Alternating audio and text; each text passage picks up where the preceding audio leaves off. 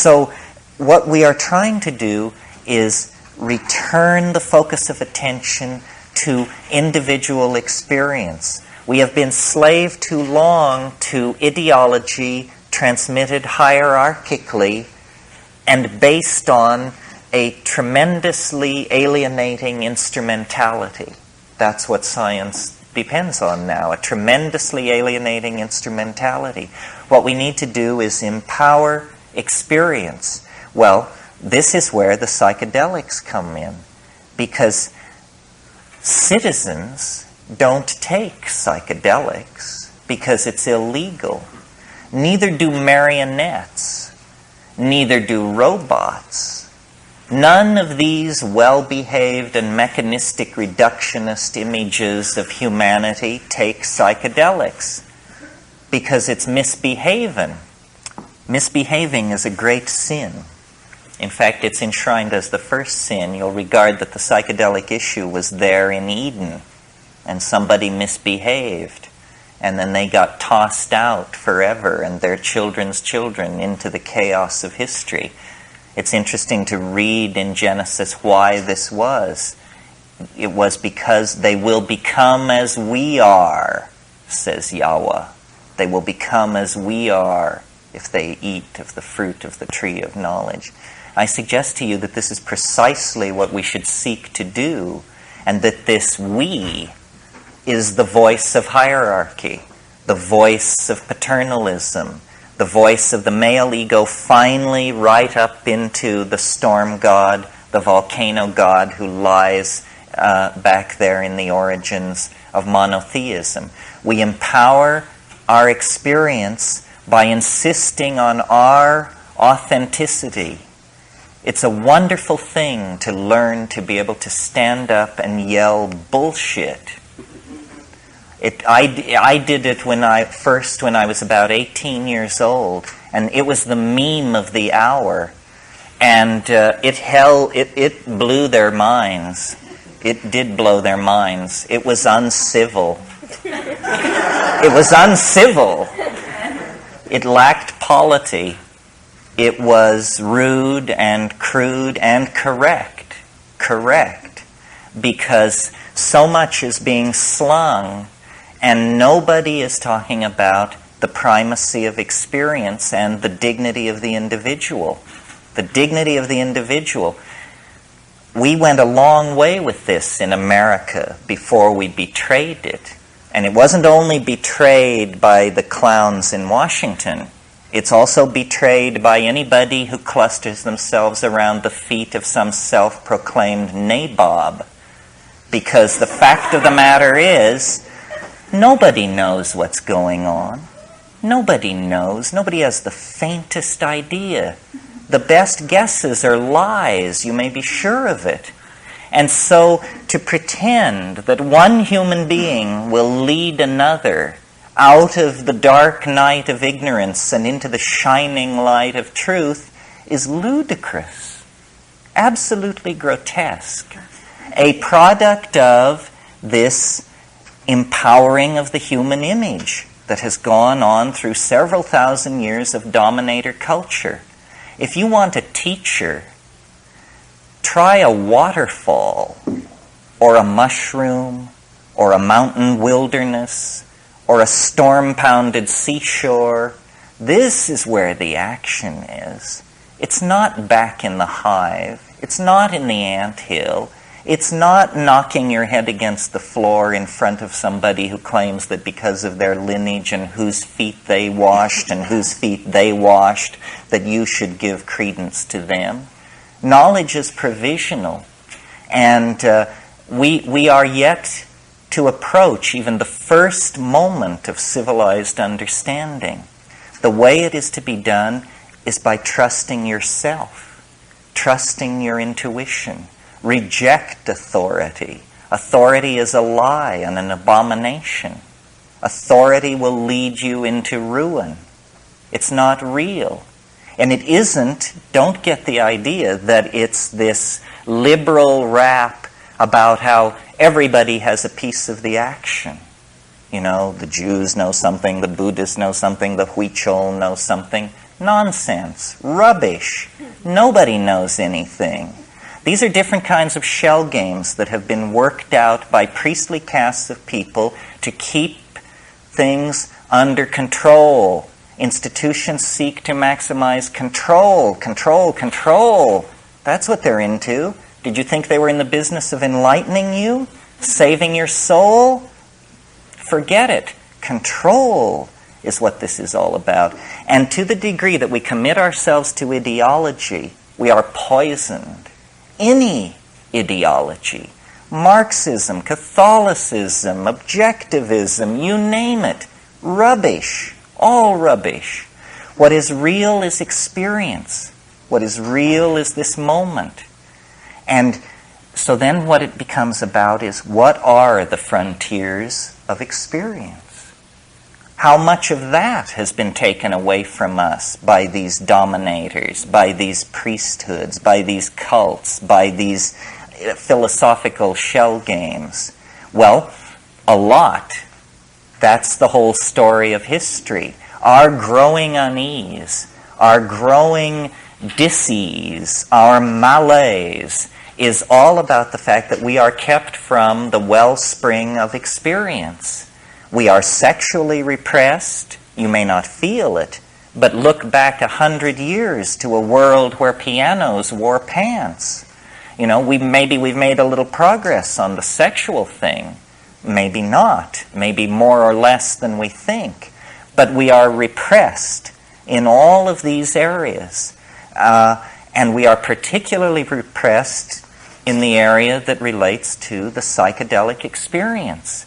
Because it is raid to the dominator insect invasion.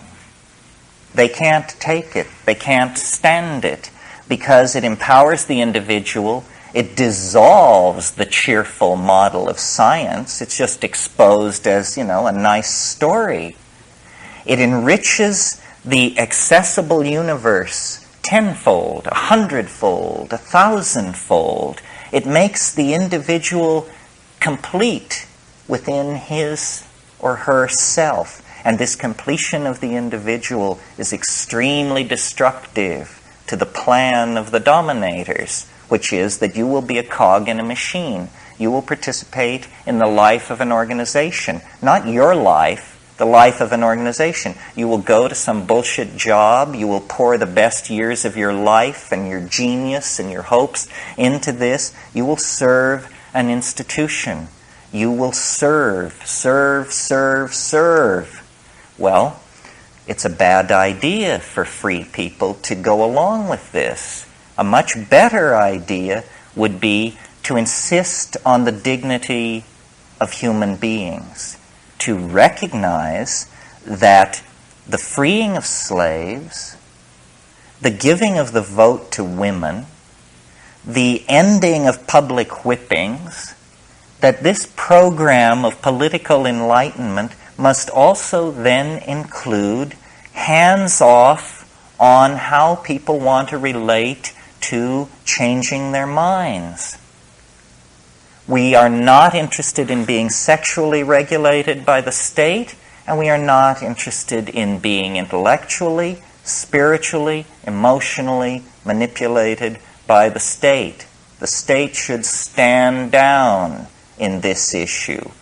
The state is acting as the enforcing arm of the dominator culture, specifically of fundamentalist screwballs who, are horrified by all this, by the notion that people would claim the authenticity of their own minds, that people would stand in the light of nature and reject original sin and the guilt from Eden and, the sins of the fathers and all this rubbish which is handed down. What the archaic revival is going to have to mean, if it has teeth, is a re-empowering of the individual and a consequent lowering of the profile of institutions, especially government. We need to think about these things because we have bought into the idea that we have to serve and behave and be enslaved else chaos will engulf the world. We need to carry out our analysis of the situation to the point where we can embrace chaos and see that chaos is the environment in which we all thrive. That's how I've done it for years. You think I could have gotten away with this in the Soviet Union? I don't think so. I require a society on the brink of social breakdown to be able to do my work.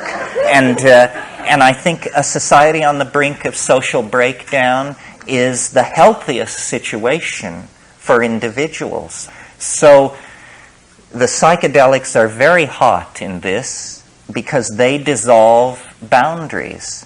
They dissolve assumptions. And our task, our being the everyone who seeks self-empowerment through experience, our task is to dissolve the assumptions of the dominator culture and make it impossible for it to work. This, I think, is already happening. We have nature on our side, you see. Nature is beginning to kick up.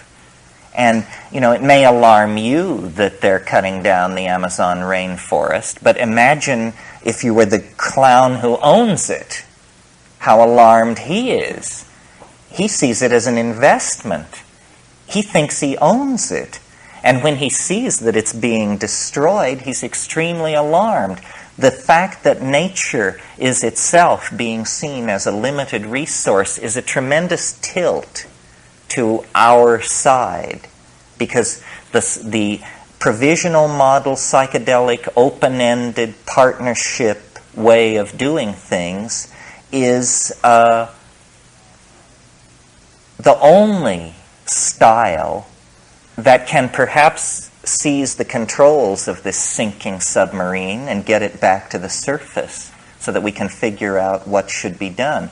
If we continue as we have, then, we're doomed. And the judgment of some higher power on that will be, they didn't even struggle. They went to the boxcars with their suitcases and they didn't even struggle. This is too nightmarish to contemplate. We're talking about the fate of a whole planet. Why are people so polite? Why are they so patient? Why are they so forgiving of gangsterism and betrayal? It's very difficult to understand. I believe it's because the dominator culture is increasingly more and more sophisticated in its perfection of subliminal mechanisms of control. And I don't mean anything grandiose and paranoid. I just mean that through press releases and sound bites and the enforced idiocy of television, the drama of a dying world has been turned into a soap opera for most people. And they don't understand that it's their story and that they will eat it in the final act if somewhere between here and the final act they don't stand up on their hind legs and howl. So this whole effort to bring the psychedelic experience back into prominence is an effort to empower individuals and to get them to see that we are bled of our authenticity by vampirish institutions that will never of their own accord leave us alone. There must be a moment when the machinery and the working of the machinery becomes so odious that people are willing to stride forward and throw sand on the track and force a reevaluation of the situation. And it's not done through organizing. It's not done through vanguard parties or cadres of intellectual elites. It's done through just walking away from all of that. Claiming your identity, claiming your vision, your being, your intuition, and then acting from that without regret, cleanly, without regret. Okay.